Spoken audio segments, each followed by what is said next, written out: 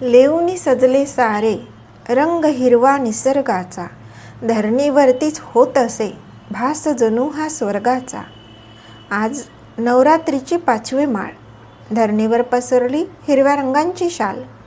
हिरवा रंग आणि निसर्ग यांचे अतूट असे नाते आहे.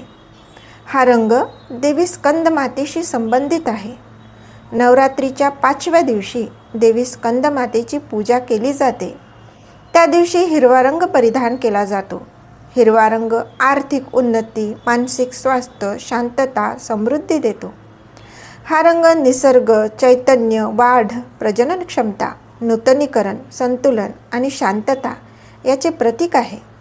या रंगांचे संबंध पर्यावरण चळवळीशी जोडले जातात, परंतु त्याचे मुख्य अर्थ सकारात्मक आणि जीवन आधारित आहे. धन्यवाद.